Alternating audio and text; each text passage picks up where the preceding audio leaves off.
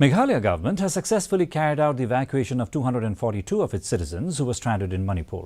The evacuation process continued for 5 days. Health Minister and government spokesperson Dr. Ampreen Lingdaw said the evacuation process was voluntary and citizens were given the option to register for it. The state government has also launched a helpline number for the people. Apart from students, high-profile personalities including a retired judge who was stranded there was also evacuated.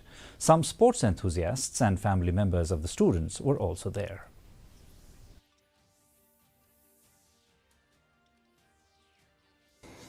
We will be evaluating all of this shortly because today was the last day where we engaged in this kind of a rescue, and as of today 242 citizens are back in the state of Meghalaya. Are they all students or they are from other sides? It is a mixed group of citizens. Some of them were postgraduate students, some of them were undergrad MBBS students, some of them were postgraduate and MPhil and PhD students in Manipur University, some of them were family members of students who were there, who had gone to visit, and this unfortunate law and order situation broke out in the state of Manipur.